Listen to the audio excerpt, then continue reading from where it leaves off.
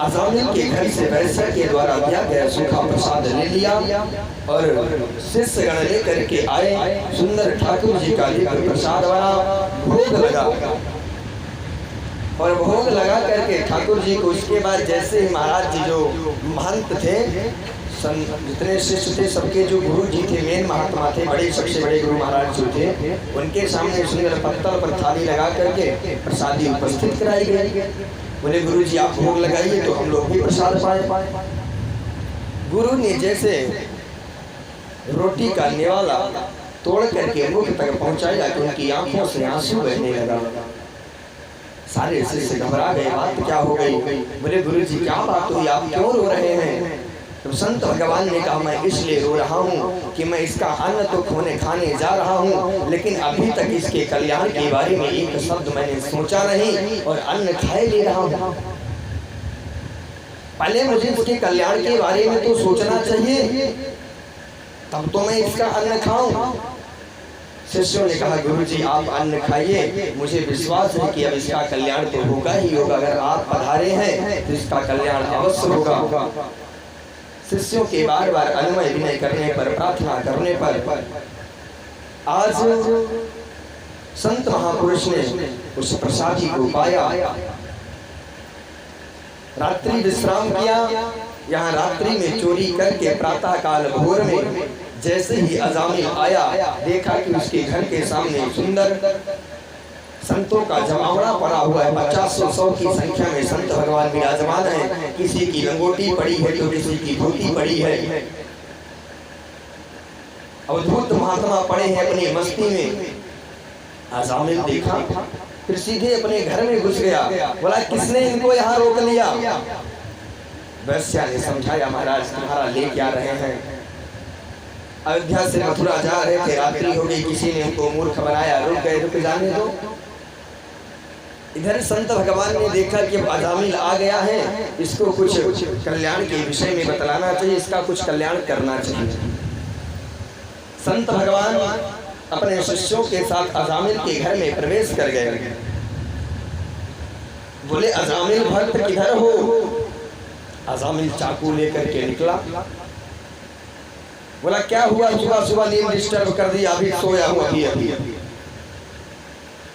संत भगवान ने कहा कल रात्रि में तो भोजन करा दिया तुम्हारी पत्नी ने, लेकिन भोजन के बाद संतों को दक्षिणा देनी चाहिए और अभी तक दक्षिणा नहीं मिली। भोजन तो करा दिया लेकिन दक्षिणा अभी प्राप्त नहीं हुई है, हमको दक्षिणा दे दो। अब हमारा जाने का समय हो रहा है, भुवन भास्कर भी उदय हो गए हैं, संध्या वंदन से भी हम लोग फ्री हो गए हैं, अब दक्षिणा दे दो, अपने राम चले मथुरा।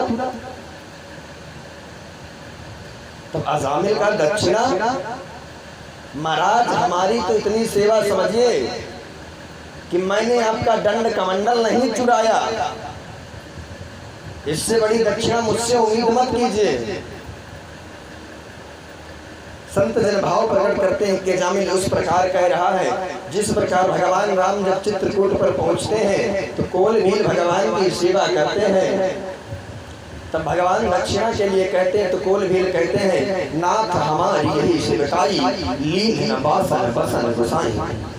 हे नाथ हम कोल भील है, हमारा स्वभाव डकैती करना है, लूट मार करना है।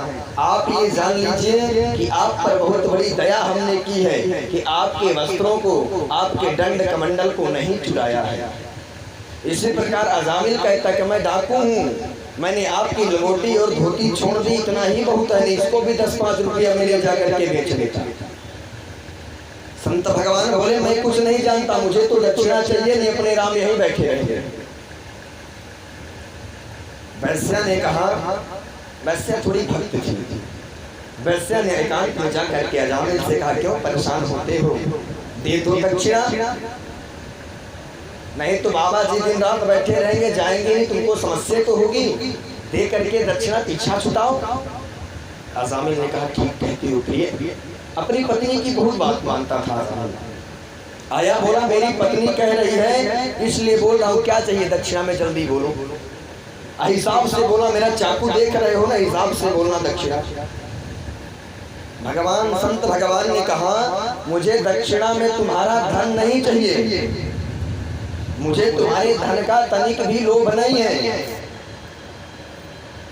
तब अजामिल ने क्या चाहिए, भजन वजन करने की बात मुझसे मत कर देना, ये मत कहना कि चोरी वोरी छोड़ करके भगवान का भजन करो, ये सब मेरे बस की बात नहीं है। तब संत भगवान ने कहा मुझे ये भी नहीं चाहिए। तब अजामिल ने कहा तो फिर क्या चाहिए बताओ, क्या गोल गोल घुमा रहे हैं। तब संत भगवान ने कहा मैं देख रहा हूं अपनी दिव्य दृष्टि से तुम्हारी जो पत्नी है वो गर्भवती है और इसके गर्भ में पुत्र का जन्म होगा, ये मैं तुमको आशीर्वाद देता हूँ, लेकिन तुम मुझे दक्षिणा के रूप में ये दो कि जो ये तुम्हारा 10वां पुत्र होगा इसका नाम तुम नारायण रखोगे।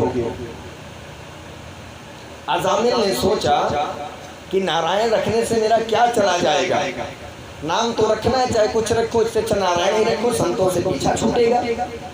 कहा ठीक है रख दूंगा, चलो निकलो यहाँ से। संत भगवान मुस्कुराए, अपना दंड का मंडल उठाया और वहां से चले गए और कहने लगे जाओ